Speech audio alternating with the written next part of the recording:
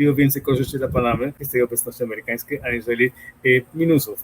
Ci uczniowie, którzy wyjechali do Wielkiej Brytanii na przykład, oni uważają, że w Polsce jest teraz lepiej niż w Wielkiej Brytanii. Panama ma ułatwienia finansowe, podatkowe, gospodarcze dla inwestorów z zagranicy. Rozmawiałem akurat z polskimi inwestorami tu w Panamie, wiem, że akurat większość z nich chce coś ciekawego robić tu w naszym kraju, aniżeli we własnym kraju. Oni uważają, że tu w Panamie podatki nie są za wysokie, tu biurokracja nie jest taka rozległa jak tak w Polsce, jest łatwiej jakby coś założyć. Ludzie preferują tu być, bo tu w Panamie jednak nie komplikują tak bardzo życie.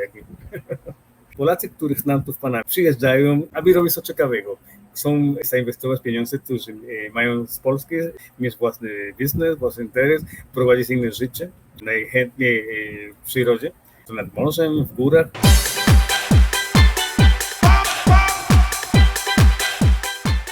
Witamy na kanale Polacy w Ameryce Łacińskiej. Na ogół gościmy tutaj Polaków, którzy opowiadają nam o Ameryce Łacińskiej, ale staramy się znaleźć kogoś z samej Ameryki Łacińskiej, kto by nam o niej opowiedział, a jeszcze żeby ta osoba zrobiła to po polsku, to jest zupełnie trudne. A tutaj niespodzianka, nasz dzisiejszy gość całkiem dobrze mówi po polsku z naszej Panamy. Tak więc Alfonso, witamy na kanale. Dzień dobry, witam Was wszystkich serdecznie. Jestem w Panamie, dokładnie w dzielnicy Rio Bajo. Także Alfonso, na samym początku nie będę się Ciebie tak standardowo pytał, skąd jesteś z Polski, bo chyba nie jesteś z Polski. W takim razie odłóżmy to pytanie na potem, ale muszę się zapytać, skąd znasz tak dobrze język polski? Znam język polski, dlatego że kilka lat temu, parę lat temu, wyjechałem z Panamy do Polski na studia.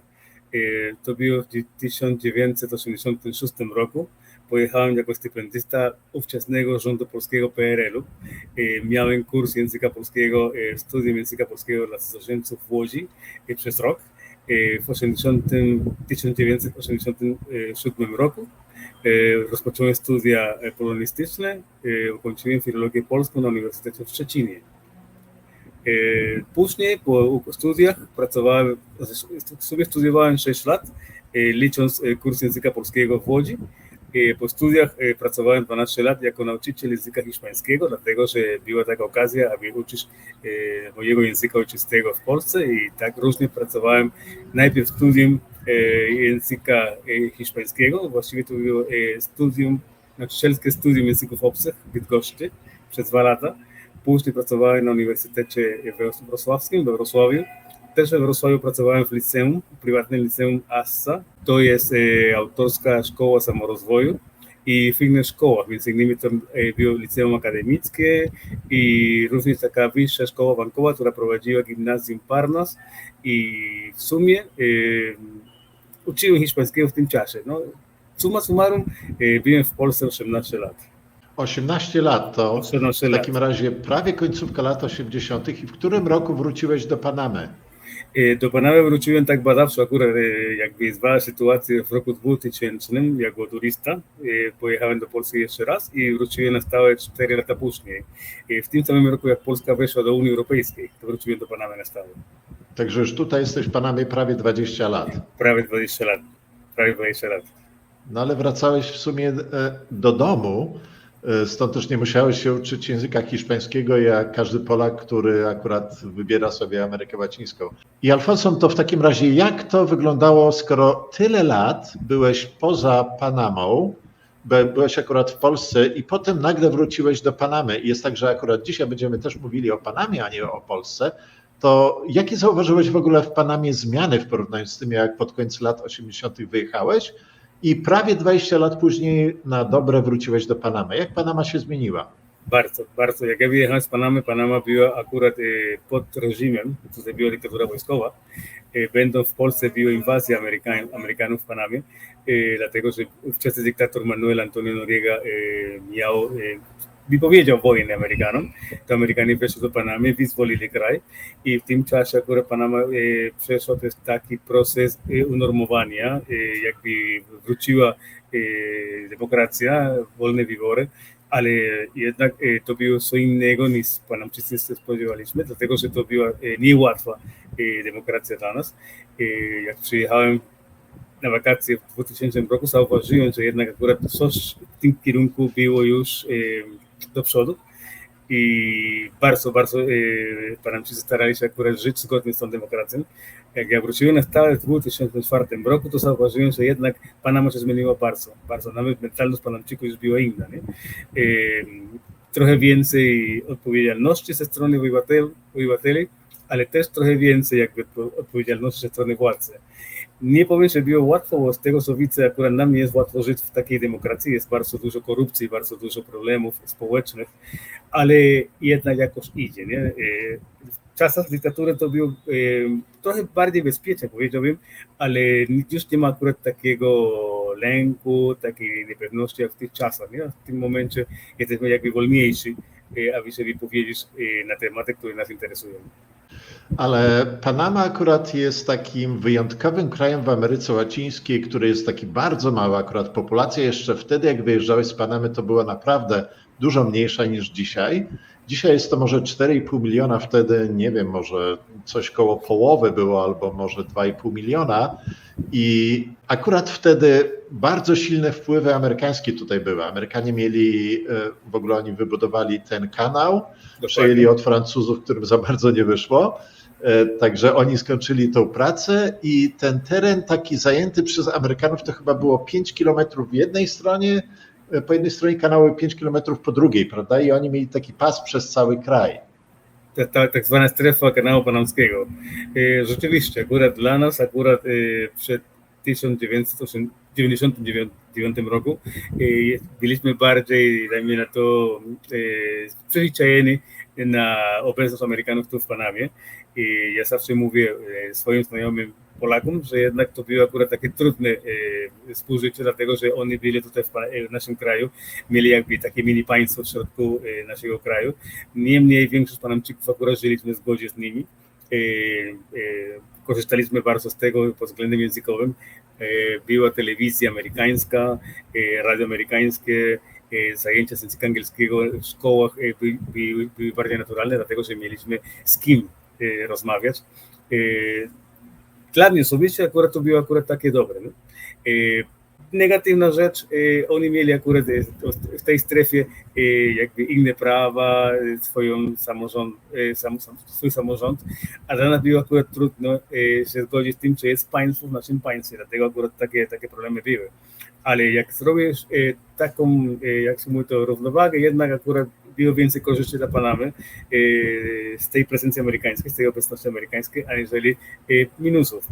W tej chwili Panama przejęła kanał panamski już mamy 23 lata.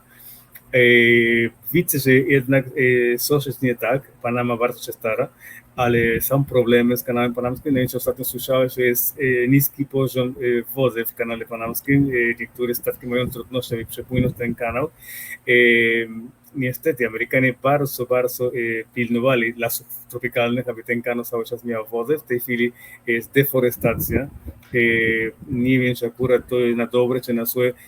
Budują trzecią linię metra do miasta La Chorrera, robią akurat rozszerzenie autostrady i to wszystko kosztem przyrody. To niestety skutki tej deforestacji już widać. Coraz mniej deszczu, coraz mniej wody i uważam, że w tym momencie Amerykanie jakby lepiej pilnowali tych zasobów naturalnych, aniżeli my. Ale to jest takie dziwne akurat, Alfonso, bo to nie jest tylko przypadek Panamy. Tak samo jeśli w Chile i w Argentynie jest tak, że lokalni Indianie na przykład mieszkają na jakimś terenie, zwłaszcza Chile i Argentyna tak było. I nagle tam wprowadzają się Europejczycy, którzy przejmują część tego terenu i właściwie to oni kupują od tych lokalnych, tylko że potem po pewnym czasie oni tam rozwijają farmy i to było tak, że to były w zasadzie nieużytki, więc oni to doprowadzają do takiego stanu, w którym można dosyć dobrze prosperować i potem powstają szpitale, szkoły i potem upływają może 3 generacje, które to budują I wtedy ci Indianie dochodzą do wniosku, a nie, no teraz, no to jak wy już macie już tam pobudowane i szkoły, i macie już szpital, i my korzystamy z tego szpitalu, wiecie co, no to ten teren jest dużo bardziej warty niż wtedy, jakbyście przyjechali kiedyś tam do nas, no to w takim razie my się z tym nie zgadzamy, że to było dla was sprzedane, no to teraz wyjdziemy, będziemy strajkowali, zamkniemy ulicę i w takim razie jest tam bardzo duży problem, po czym to znowu tamta lokalna już społeczność decyduje, dobrze, to my wam zapłacą, znowu pływają dwie generacje i znowu to samo jest. I tak nie można tego nigdy wyprowadzić na prosto. I przypadek teraz Panamy. Ja tak mówię jako laik, który nie mieszkał wcześniej w Panamie, który nie wychował się tam, no to ja tylko patrzę tak z zewnątrz. Jest tak, że te tereny, gdzie był wybudowany kanał, to już Francuzi na to wpadli, że akurat tam jest dobrze. I on nie był specjalnie tam zaludniony, na pewno tam były jakieś wioski może indyjskie, to trzeba było część ludzi przesiedlić, ale to nigdy nie odbywało się na tym, że wy musicie to opuścić, nie ma mowy, nic nie macie zapłacone. Nie, to było jakoś uregulowane z nimi. I jest tak, że ten teren, no to właściwie on nie był bardzo zaludniony, tam nie było przemysłu, rolnictwa nie było, wykopali tam kanał i akurat było tak, że dogadali się, bierzemy ten pas, ponieważ to musimy ochranić. No ale potem znowu tak było, że upłynęło kilka generacji i lokalni patrzą, że właściwie tam jest dużo lepiej niż tutaj, gdzie my mamy, więc coś musi być nie fair. I wtedy stąd też wzięło się coś takiego, że a dlaczego wy macie inny kraj w naszym kraju? To my teraz będziemy, nie wiem, flagę próbowali tam wciągnąć i tak dalej. Czy za bardzo może nie zagalopowałem się w tym tłumaczeniu? Nie, ja właśnie rozumiem. Problem akurat w tym wszystkim jest, że jak Amerykanie przyjechali dokończyć dzieło Francuzów, to Panama była pod panowaniem Kolumbii. Tu właśnie była Republika Kolumbii, a rząd kolumbijski nie był za bardzo za podpisanie tej umowy z Amerykanami, dlatego że oni czytali warunki, które stawiali Amerykanie i Senat kolumbijski się nie zgadza z tym. Natomiast Panamczycy widzieli okazję, aby wyzwolić się od Kolumbii, dlatego że pod administracją kolumbijską to w Panamie było niedobrze, ogólnie była bieda i jak się mówi po polsku tak na szybko, Panamczycy zdecydowali się na podpisanie umowy z Amerykanami, nie za bardzo wiedzą, co podpisali. Bardziej tutaj nam chodziło o teren. Chodzi o to, że teren był akurat jakby na własność Stanów Zjednoczonych na wieki wieków. Amen. I to właśnie był ten punkt słaby. To, że oni budowali tam bazy wojskowe, że budowali jakieś tam inne instalacje, to nie był problem dla nas, dlatego że my też korzystaliśmy z tego. Problem był taki, że w tym pasie ziemi oni mieli własny rząd, oni byli zależni od stanu Florydy, z tego co wiem.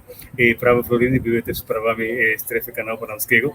Natomiast problem z tym, jak być może słyszałeś, było w styczniu 1964 roku, jak była umowa ze strony prezydenta Kennedy'ego, aby wywiesić obie flagi na terenie kanału panamskiego.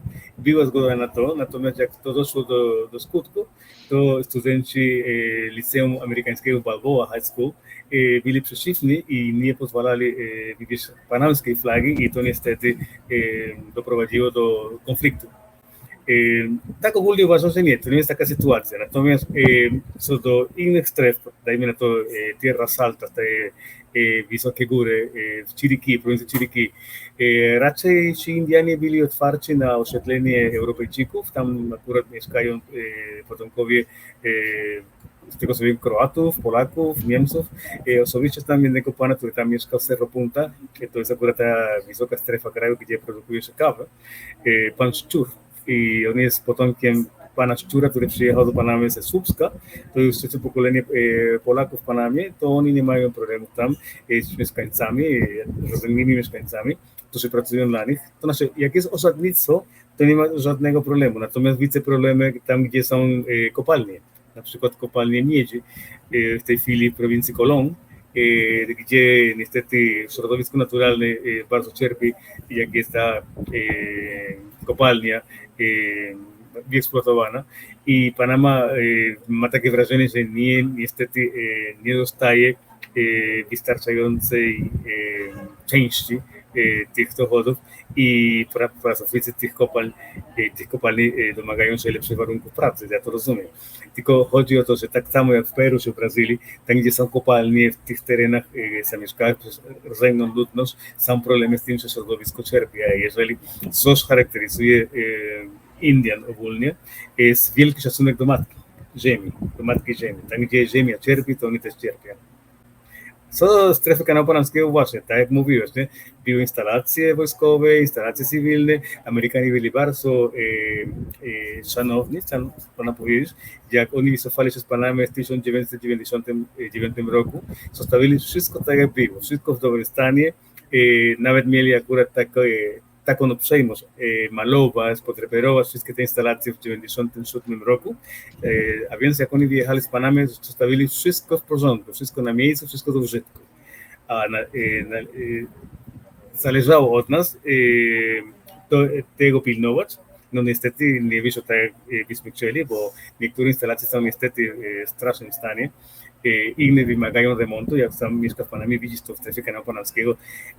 To był akurat taki jak surowy teren, dobrze zagospodarowany przez kompanię kanału panamskiego. W tej chwili Panamczycy niestety jesteśmy daleko od utrzymywania tego tak jak trzeba było.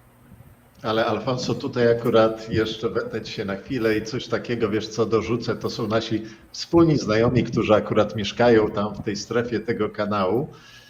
On jest z Polski akurat i jest tak, że oni mieszkają już tam 20 kilka lat i oni wprowadzili się zaraz, jak Amerykanie to opuścili. I pytałem się to, czy to się zmieniło w ciągu tych 20 kilku lat. On mówi, wiesz co, zmieniło się i to bardzo. Wtedy jeszcze trawniki były podstrzyżone, woda była jeszcze w fontannach. Teraz to wszystko jest takie zarośnięte, już się trochę sypie. 20 kilka lat upłynęło, ale jest tak, że to jest akurat koło Panama City. Panama City jeszcze miała populację, miała tych mieszkańców, którzy chcieli się tam wprowadzić, a na przykład Colon był dużo mniejszy.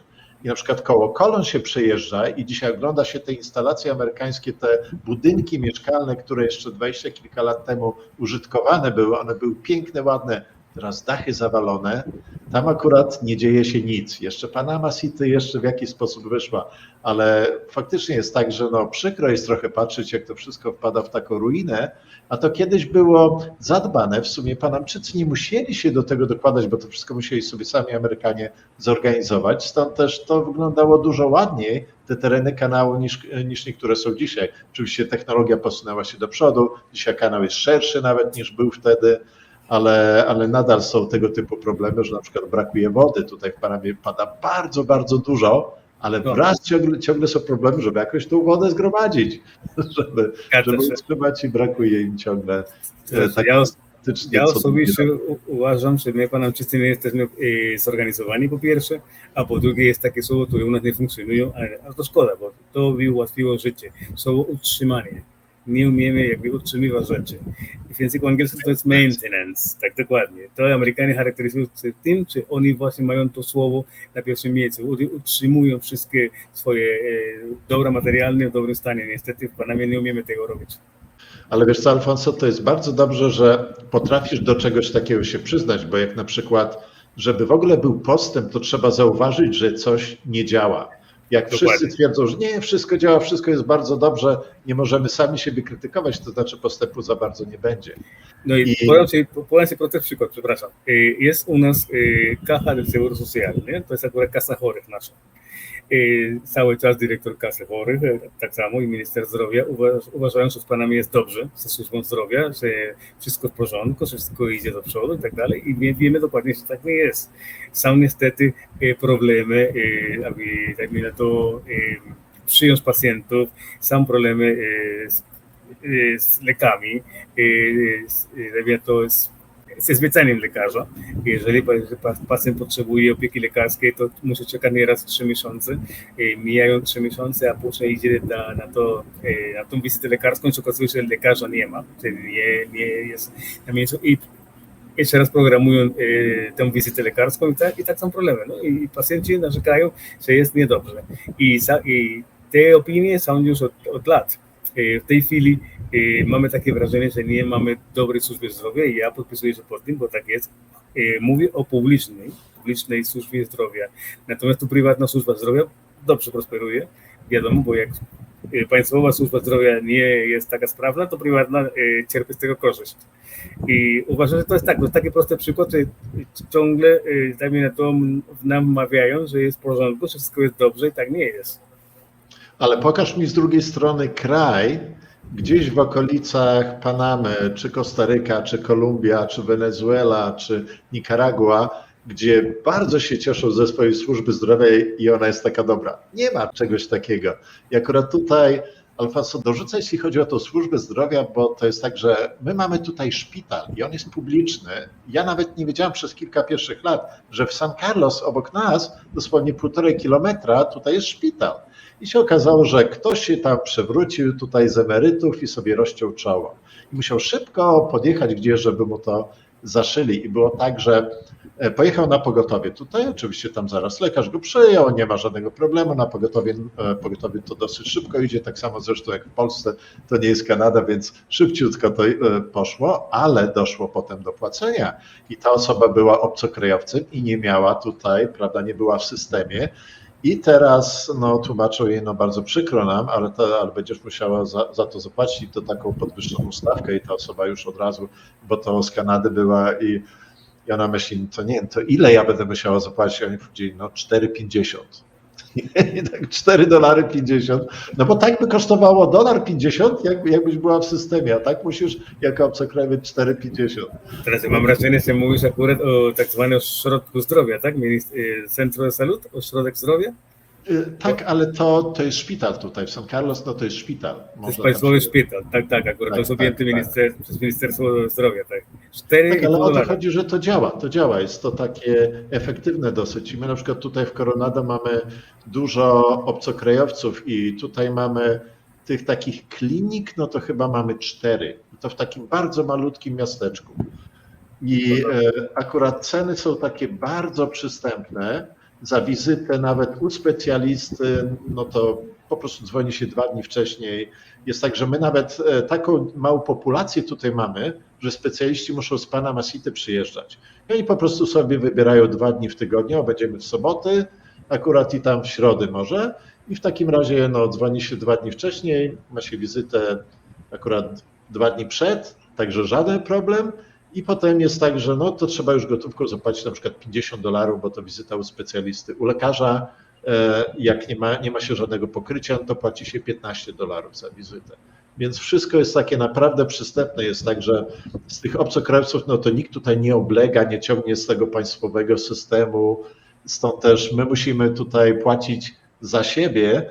I stąd też nie mamy nawet, większość obcokrajowców tutaj nie ma żadnego ubezpieczenia. To oni mają na początku, jak przyjadą i teraz myślą, ojejku, co to będzie, to lepiej sobie wykupimy, a po roku jak patrzą, to właściwie musimy dużo płacić, a te serwisy są takie tanie, że lepiej po prostu gotówką za to płacić, to oczywiście jak tam jest jakiś duży problem i się wyląduje w szpitalu na operacji, ale to też się nie zbankrutuje, tylko po prostu trochę trzeba oszczędzić, żeby mieć na czarną godzinę i też będzie okej. Stąd też nie jest tak źle. Ale Alfonso, jeszcze tylko wrzucę kawałek, bo przeskoczyliśmy na ten inny temat trochę służby zdrowia, ale wspomniałeś o tym braku maintenance, o tym braku takiego myślenia, że coś trzeba na bieżąco naprawiać, żeby się nie zawaliło. I tutaj mam świetny przykład, bo akurat miesiąc temu nagle mieliśmy bardzo duże problemy z elektrycznością, ale poza Panama City to jest bardzo dużo problemów, zwłaszcza jak się mieszka daleko od dużych miast.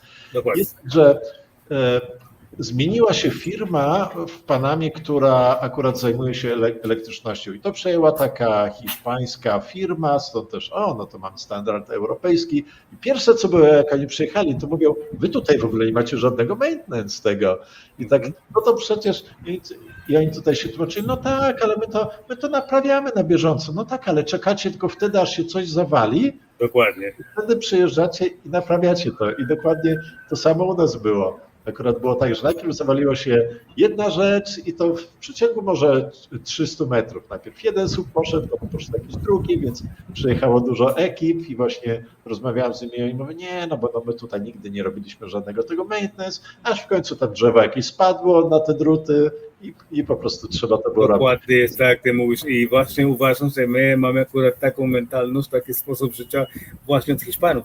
Pamiętaj, że my jesteśmy kulturowo potomkami Hiszpanów i w Hiszpanii też jest taka jakby mentalność, nie wiem teraz, jak Hiszpania należy do Unii Europejskiej, ale właśnie za innych czasów tak samo było w Hiszpanii, że nie na bieżąco, tylko dajmy na to jakby taka improwizacja.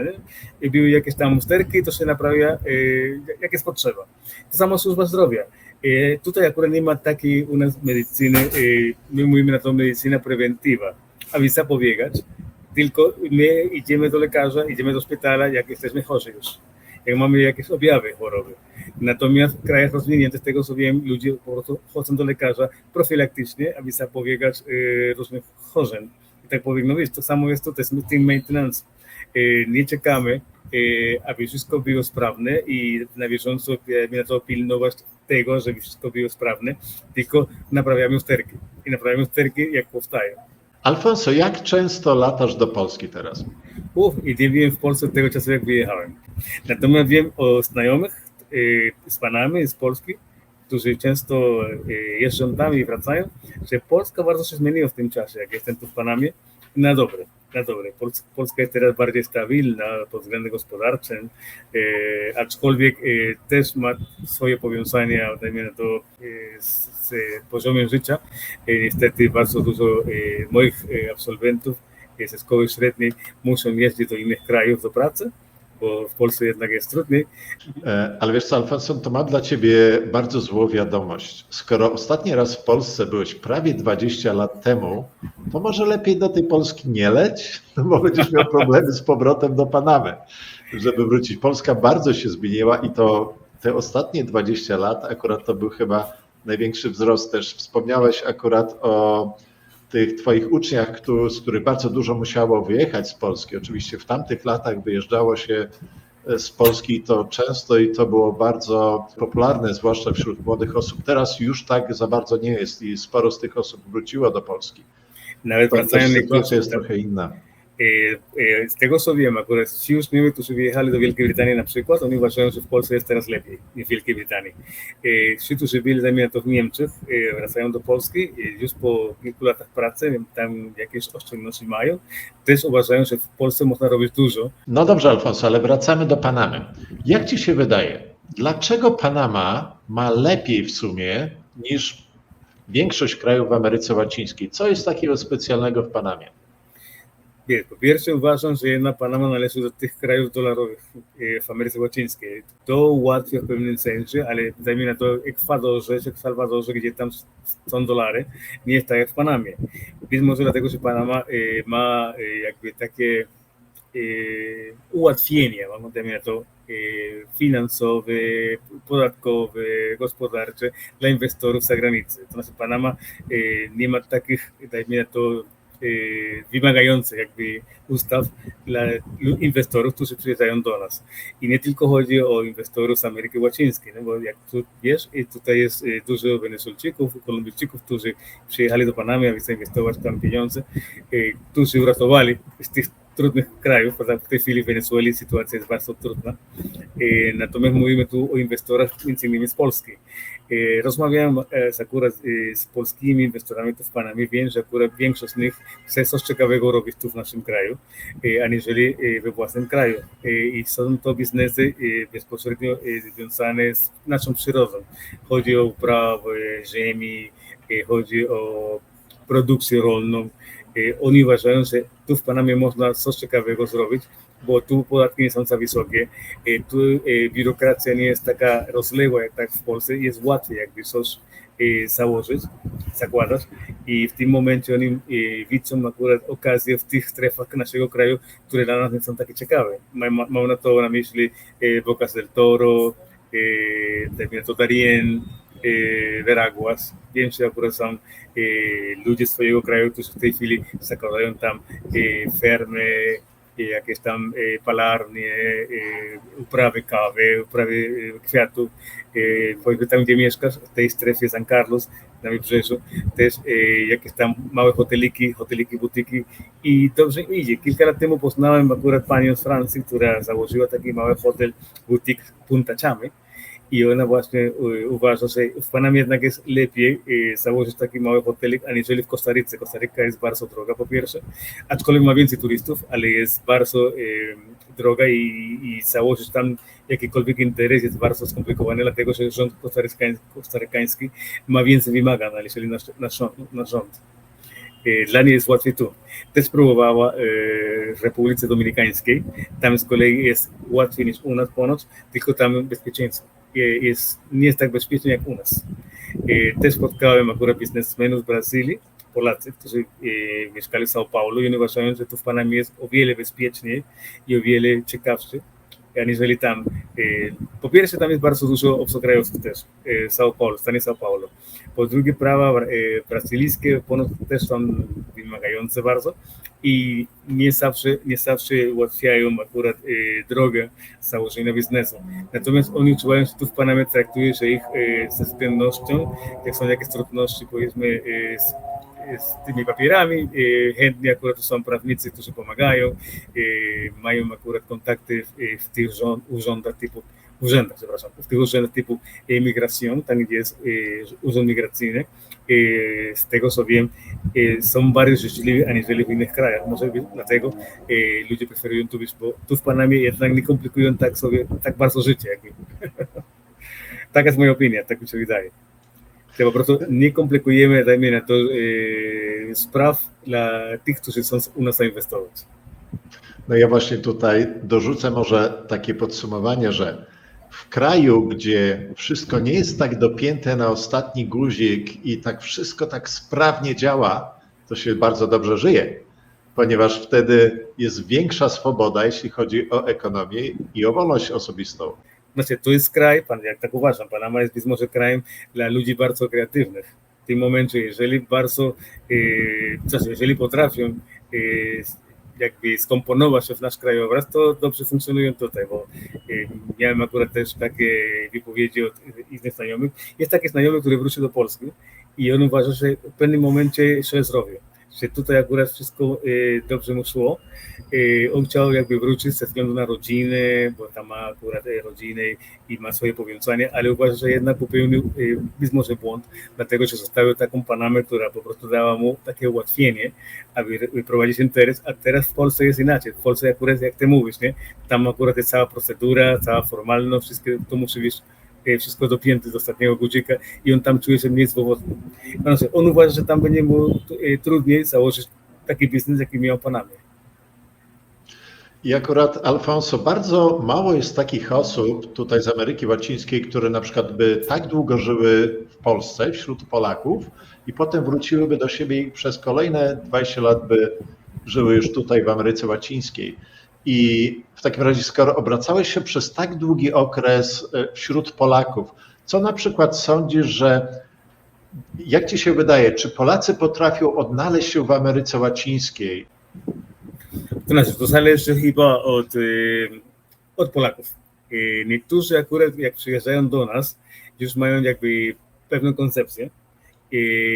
Przedtem jakby przebadali sytuację, może od innych Polaków mieli akurat jakieś tam wskazówki, ale z tego co ja widzę, większość z was, którzy przyjeżdżają do nas do Panamy z takim zamiarem zostać na stałe, to osiąga. Jednak czują się dobrze. Natomiast Panamczycy, którzy zostali w Polsce, to zrobili to bardziej ze względów rodzinnych. Nie? To akurat Panamczycy, którzy ożenili się z Polkami, albo Panamki, które wyszły za Polaków i tam zostali ze względów rodzinnych, powiedzmy. Nie? Natomiast nie jest nam takiej sytuacji, jakby Panamczyk lub Panamka wyjechała do Polski, aby założyć tam biznes, bo to nie jest akurat ta sytuacja, nie? To po prostu chodzi o co innego. Mam paru kolegów z Panamy, którzy tam zostali, dlatego że po ukończeniu studiów dostali tam pracę, założyli rodziny i jest dobrze tam. Natomiast Polacy, których znam tu w Panamie, jest zupełnie inaczej. Powiedzmy, przyjeżdżają jakby, aby robić coś ciekawego. Chcą coś bardzo ciekawego zrobić, zainwestować pieniądze, którzy mają z Polski, dobrze zainwestować, mieć własny biznes, własny interes, prowadzić inne życie, najchętniej w przyrodzie.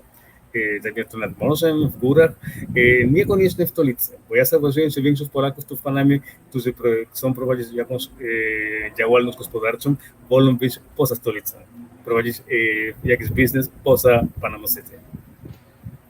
Ja zauważyłem, że akurat w Panamie City to dobrze się żyje tym osobom, które szukają pracy, żeby ktoś im dał tą pracę, żeby znaleźć tam zatrudnienie.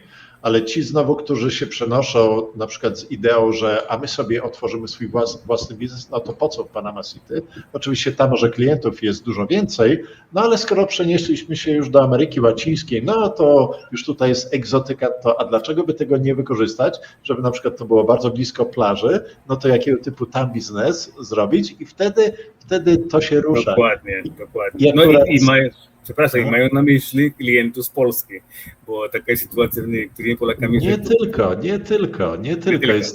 Jest tak, że to nie są klienci tylko z Polski, no bo na przykład jak Polak otworzy tutaj, dajmy na to, bed and breakfast i ma nadzieję, że się utrzyma tylko, no bo Polacy będą przyjeżdżali, no to zbyt daleko nie zajedzie na tym biznesplanie, ale coś takiego zauważyłem, że te 9 lat temu tutaj w Panamie było zupełnie inaczej i akurat jak COVID przyszedł, bo już wtedy zaczęło się rozkręcać bardzo, ale COVID trochę przystopował i akurat teraz, jak to wszystko minęło, to się okazuje, że nagle bardzo dużo jest takich fajnych miejsc w Panamie, których tutaj w ogóle nie było. Te yoga retreats, tam na Santa Catalina, Cambutal, gdzieś tam glamping otwarli nowy i tak. Nie było tego nawet 4 lata temu tutaj. Ale wiesz co, Alfonso, w większości ci, którzy otwarli, to nie Panamczycy, to obcokrajowcy albo Szwajcarzy, Kanadyjczycy, Amerykanie, czy nawet akurat Polacy. Zgadza się. Znaczy, były takie miejsca jakby znane, ale nie były tak wyeksploatowane i tak, dajmy na to, otwarte jak w tej chwili. Tam po prostu były na nowo odkryte te miejsca i teraz mają inne oferty, ciekawsze. Dajmy na to, przed pandemią akurat była taka miejscowość Pedasí, może słyszałeś? Pedasí? Wow, Pedasí była znana przed pandemią, ale teraz w tej chwili po COVID-zie Pedasí kwitnie. Tam jest nawet ostatnio był taki reality z Polski, przyjeżdżali z Polski akurat gości na ten reality show, to akurat reality show miało miejsce w Pedasí i tutaj było trochę Polaków w tym Pedasí. Tak, akurat obok Pedasí oni mają Playa Benao i jak teraz przejeżdżaliśmy dosłownie 3 dni temu akurat przez Pedasí i Playa Benao, to tak się rozbudowało, a kiedyś to można było za grosze kupić tą ziemię. Dokładnie. I tak, no oczywiście człowiek nie wiedział wtedy, jeszcze drogi za bardzo nie było tam zrobionej, no stąd też no bardzo przyjemnie odchodzi, że w Panamie jak się mieszka, to jest bardzo duży postęp. Jest tak, że tak jak mieszkamy tutaj w Coronado, to znajomy opowiadał, on akurat też z Kanady się przeniósł, żona z Polski i oni opowiadali, że przenieśli się gdzieś tak 25 lat temu. Ja mówię tak, wyjeżdżam na Interamericana od siebie tutaj, tak patrzę w jedną stronę, nie ma żadnego samochodu po horyzont, w drugą stronę nie ma po horyzont. To mówi teraz, jak ja chcę skręcić, to ja muszę czekać, ile samochodów jedzie. No to też rozbudowało się i to bardzo i patrzy się, wiesz, jakie nowe te shopping mole, teraz mamy metro mieć podciągnięte, wiesz, aż tutaj w tą stronę kanału, bardzo blisko nas i tak trochę się boimy, że zbyt dużo osób tutaj będzie i to takie najbardziej czarujące podejście, no bo tutaj mamy tu swoją plażę, tak mało ludzi i tak, no jak tych osób tu będzie za dużo, znowu gdzieś trzeba będzie uciekać właśnie w stronę Pedasí, choć i tam akurat robi się już tłoczno. Ale postęp jest duży i tak radośnie się żyje w takim kraju, gdzie widać, że ten postęp jest dużo większy. Nawet wiesz, zawsze jak przylatujemy do Panamy i na przykład pierwsze co jest, lotnisko. Chodzimy na lotnisko i bardzo dużo młodych osób. A jak znowu jesteśmy, wiesz, latamy odwiedzić nasze dzieci w Kanadzie, wiesz co, wysiadamy na tym lotnisku, patrzymy na tą średnią wieku, taka zaawansowana i tak smutno jest, no. A tutaj powrót jest zupełnie inny. To miło, że akurat goście się czują dobrze w naszym kraju jednak, jak tam u nas, bo ja pamiętam Coronado też na początku lat 70., jak byłem jeszcze dzieckiem, to akurat były początki Coronado i było takie hasło Coronado jest vida, to znaczy Coronado jest życiem. I sam miałem kolegów, którzy mieli tam domy i zapraszali akurat do domów letnich na plaży. Coronado były takie pustawe. Teraz w tej chwili Coronado to jest taka miniatura Panama City. Tak bym określił, nie? To te wszystkie warunki, wszystkie wygody standardowe, które są w Panama City, są w Coronado w takiej miniaturowej postaci. Nawet ma się tam dobry szpital, taki szpital San Fernando jest tam, nie?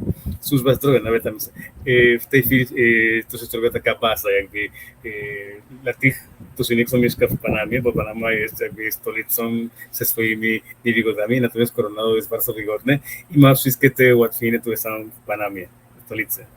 Ale tak jak mówisz, faktycznie tutaj te tereny zrobiły się taką odskocznią na weekendy, zwłaszcza Panamczyków, którzy mieszkają w Panama City, bo na przykład obcokrajowcy to przylatują w grudniu i wylatują 6 miesięcy później, znowu ich nie ma przez pół roku.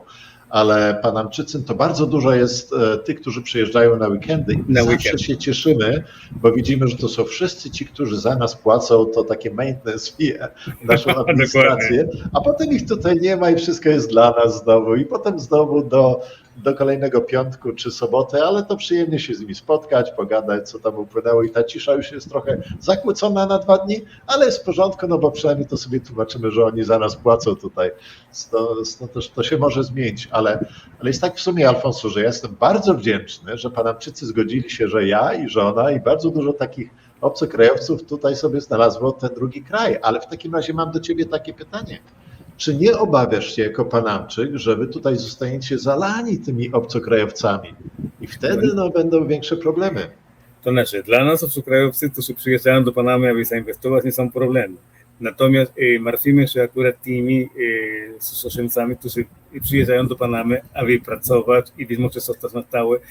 I dajmy na to, są jakby taką ręką pracy tańszą od nas. Na przykład z Nikaragui, tutaj jest bardzo dużo Nikaraguańczyków, z Kolumbii, z Dominikany, przyjeżdżają, bo dajmy na to regularnie i nieraz jest tak, bo trzeba to przyznać, często jest tak, że oni też ciężko pracują, dobrze pracują i w tej chwili czujemy, że jednak rynek pracy się skurczył dla nas, bo oni są.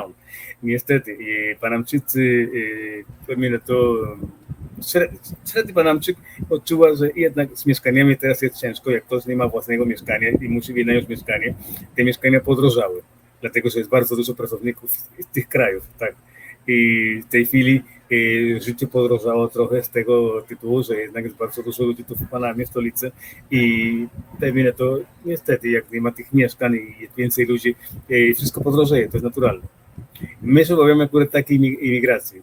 Natomiast jeżeli chodzi o takich obcokrajowców, ekspatów, którzy przyjeżdżają do nas zainwestować, mieszkać jako emeryci, raczej nie, bo dla nas to są po prostu jakby, to jest dopływ pieniędzy, które są dla nas też korzystne. Ale tutaj akurat bardzo dobry przykład ci podam, bo tak, my obcokrajowcy z Kanady czy z Europy za bardzo nie rozróżniamy, kto jest tutaj Nikaraguajczykiem, czy jest z Wenezueli, czy z Kolumbii, czy jest Panamczykiem. Dla nas to ta osoba mówi po hiszpańsku i tak za bardzo tego nie rozumiemy, więc to jest wszystko jedno. I wiesz co? Jest takie ciekawe zjawisko, ponieważ my tutaj potrzebujemy osoby, które by nam regularnie kafelki zmieniały, bo co jakiś czas, wiesz, jakieś trzęsienie ziemi jest i musimy sobie to zmienić. Czy na przykład przychodzą air conditioners, muszą nam regularnie maintenance robić. To potrzebujemy speca od tego, nie? I mieszkamy tutaj już bardzo, bardzo długo, więc w takim razie przewinęło się tych firm trochę i wybraliśmy te takie najlepsze, już teraz mamy je ustalone, prawda? I wiesz co? Wiesz, co zauważyliśmy? Coś takiego bardzo ciekawego. Nikt z tych kontraktorów nie jest Panamczykiem. Wszyscy to są albo z Wenezueli, albo z Kolumbii, albo, jak mówisz, z Nikaragui. Dlaczego? Dlaczego? Przecież my nie to, że, nie wiem, chcemy dyskryminować przeciwko komuś. Dla nas jest to wszystko jedno i tak ta osoba mówi w języku, którego nie możemy zrozumieć. Dlatego my też się w jakiś sposób przyczyniamy do tego, choć my sobie sprawy nie zdajemy, ale to jest ciekawe trochę, bo ja rozumiem Panamczyków z drugiej strony, nagle mamy ekstra konkurencję i ciężej jest nam znaleźć pracę. Zgadza się. Są ludzie tu w tym kraju, którzy wiedzą, że pracują dla obcokrajowca i wiedzą, że jeżeli nie będą dobrze pracować, to ten pan obcokrajowiec będzie niestety szukać innych pracowników, niekoniecznie Panamczyków. A więc jest tak ostatnio, że jak Panamczyk dostaje pracę i wie, że dajmy na to właściciel tego zakładu pracy jest obcokrajowcy, będzie bardziej pilnować tej pracy, bo wie, że jak nie będziesz pracować odpowiednio, to ten pan poszuka kogoś innego.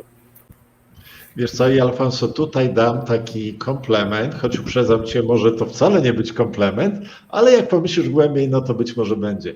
To polega na tym, że Panama ma bardzo duże szczęście. Panama ma bardzo duże szczęście, populacja nie jest aż taka duża i mają ten kanał, którego nie ma żaden inny kraj w Ameryce Łacińskiej. Dlatego ten dopływ gotówki jest ciągły. Amerykanie troszczą się bardzo, żeby tutaj za bardzo nie było nagle Chaveza czy jakichś innych takich dziwnych rzeczy, które też się przydarzają niektórym krajom w Ameryce Łacińskiej, więc jest w miarę spokojnie, jest w miarę dostatnio w porównaniu z innymi krajami Ameryki Łacińskiej dla Panamczyków samych.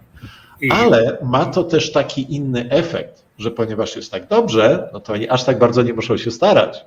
I teraz widzisz, średni taki Kolumbijczyk ma niesamowitą konkurencję, żeby się przebić, czy w Brazylii, czy w Meksyku. Stąd też jak my na przykład rozmawiamy z Polakami, którzy mieszkają w tych innych krajach, czy na przykład jeździmy tam i widzimy jak to wygląda, to akurat tam jeśli chodzi o te serwisy jest dużo lepiej.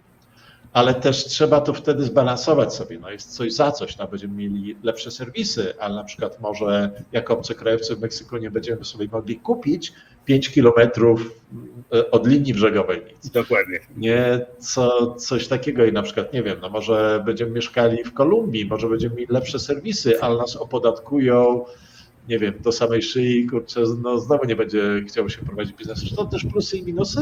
Jak tak obliczyliśmy wszystko, to Panama i tak jest numer 1.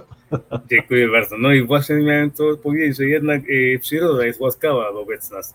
2 dni temu było akurat trzęsienie ziemi w północy i akurat całe miasto Panama City akurat stanęło na nogach. Dlatego, że takie zjawiska naturalne nie są u nas takie, dajmy to, częste. Też zwracają uwagę na to, że w Panamie takich zjawisk naturalnych nie ma tak bardzo. Nie ma trzęsienia ziemi, tak często nie ma huraganów, nie ma, dajmy na to, wojen. To też nie ma takich konfliktów jak w innych krajach. Jest w miarę bezpiecznie. Panamczycy mają takie powiedzenie, że jednak, nie wiem, czy to jest dobrze, ale tak mówią Panamczycy, Dios es panameño, czy Bóg jest Panamczykiem. Nie? Jednak Pan Bóg jest Panamczykiem, dlatego że Pan Bóg tu wśród nas mieszka. Jest dobrze, ale może być lepiej. Zgadza się. Może być lepiej. Ale to faktycznie z czymś takim się spotkałem, że w Panamie już nie to, że bardzo długo nie było wojny. Tutaj nie było wojny nigdy. I w sumie no, taki konflikt, no to naprawdę chciałem się doszukać. Nie, no coś musiało być, przecież to już jest 100 lat, prawda? Mniej więcej, no to na pewno jakaś tam, gdzieś tam, no była wojna, tylko że z kim? No z Kolumbią nie było, no bo tam Darien, o co się tutaj bić, nie? Jedni mają dżunglę po jednej stronie, drudzy też, nie wiadomo. Ale była wojna w takim cudzysłowie, z Kostaryką o jakąś wioskę. Ilość osób, które zginęły, to chyba były 3 osoby. U mnie w mieście, w Polsce, jak było getto zrobione podczas II wojny światowej, no to zginęło 30 kilka tysięcy osób. U mnie w małym mieście. A tutaj 3 osoby zginęły w ciągu ostatnich 100 lat w konflikcie takim zbrojnym z innym krajem. To znaczy, mówiąc prawdę, akurat Panamczycy nie lubimy wojen, nie lubimy takich konfliktów. Dla nas było jedyne pomyślenie taka wojna domowa, jak była ta sprawa inwazji amerykańskiej, to jednak Panamczycy byli podzieleni. Niektórzy byli za inwazją, niektórzy byli przeciw inwazji, ale w sumie doszliśmy do wniosku, że jednak trzeba było coś mieć w tym kraju, dlatego że było niedobrze. I po inwazji, jak było już jakby powrót demokracji, to umieliśmy jakoś się dogadać. Nieraz nam idzie ciężko, jak wiesz, dogadywać się, ale jednak nie wyobrażamy sobie takiej wojny domowej, nie? W innych krajach. W Hiszpanii się była taka wojna domowa, jak przed II wojną światową w Europie była wojna domowa w Hiszpanii, czy wojna domowa, dajmy na to, w innych krajach, Kolumbii na przykład. No, w ogóle jest jakby taka nieoficjalna wojna domowa od wielu lat, dlatego że tam jest guerrilla i te sprawy. My czegoś takiego nie wyobrażamy w Panamie i jesteśmy szczęśliwi za to, że jednak czujemy się bezpiecznie i możemy dać takie poczucie bezpieczeństwa innym ludziom. Jak ci się wydaje, Alfonso, kiedy teraz polecisz do Polski? Jak tylko będę miał okazję, gotowo. Mam nadzieję, że dajmy na to, stawiam sobie taki cel na 2025, daj Boże. Miałem jechać akurat, jak się mówi, w 2018 roku. Kolega też zapraszał na wyjazd teraz w tym roku, ale niestety musi niektóre rzeczy uporządkować najpierw, aby sobie tam pojechać na spokojnie. Dlaczego ciągle mówisz tak dobrze po polsku? Wyjechałeś z Polski prawie 20 lat temu. To nie był twój język, tylko ten, który się nauczyłeś. I na ogół jest tak, że jak osoba traci kontakt z tym nie swoim językiem, tylko ten, który się nauczyło, to potem przez bardzo szybki okres zapomina to. A ty widzisz, 20 lat prawie minęło. Czy to jakoś podtrzymujesz? Nie wiem, żona jest może Polką? Byłem żonaty przez 5 lat, teraz już nie. Moja była żona jest w Hiszpanii w tej chwili, ona jest nauczycielką języka hiszpańskiego w Hiszpanii, uczy gramatyki hiszpańskiej na Uniwersytecie w Granadzie. Natomiast powiem sobie jedno, ja nie jestem za bardzo zadowolony ze swojej fonetyki polskiej, dlatego że nie mam kontaktu na co dzień z językiem polskim i jak się mówi popularnie w Polsce, moja fonetyka trochę wysiadła z tym wszystkim. Natomiast jako filolog zajmuję się tłumaczeniami, mój język polski pisemny jest dosyć dobry, natomiast bym chciał mieć więcej kontaktu z tym językiem mówionym, dlatego że w tej chwili czuję, że jednak moja fonetyka już cierpi na tym.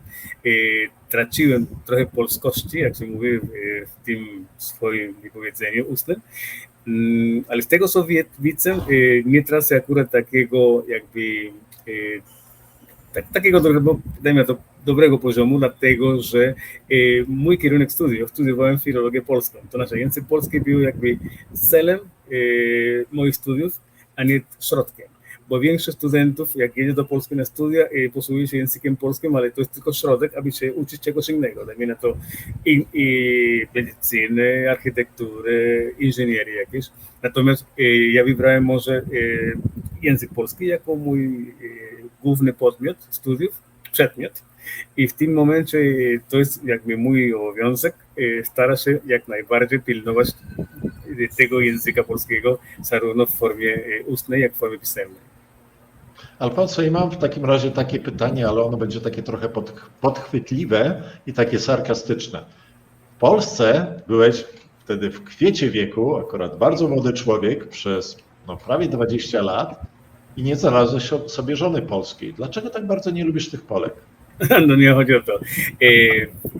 Mojej sytuacji to było tak. Moja żona nie do końca jest Polką. Ona jest etniczną Ukrainką. Ona ma polskie obywatelstwo. Ona należy do wspólnoty ukraińskiej. Mówi po polsku bardzo dobrze. Mówi też w języku ukraińskim, ale dialektalnym. Jest Polka i nie jest Polka. Nie? Jakby ona jest obywatelką polską, ale równocześnie jest etniczną Ukrainką. Nie? Alfonso, ja mam bardzo duży problem z imionami i nazwiskami tutaj w Panamie. Twoje pełne, wszystkie imiona i nazwiska, to jak to brzmi? Jestem Alfonso, pierwsze imię, José, drugie imię, de la Torre, nazwisko po ojcu, Zuniga, nazwisko po matce. To takie zwyczaj latynoamerykańskie, 2 imiona, 2 nazwiska. To jak ty w takim razie kupujesz bilet lotniczy, bo to się nie da nawet tego wpisać wszystkiego w jedną linię.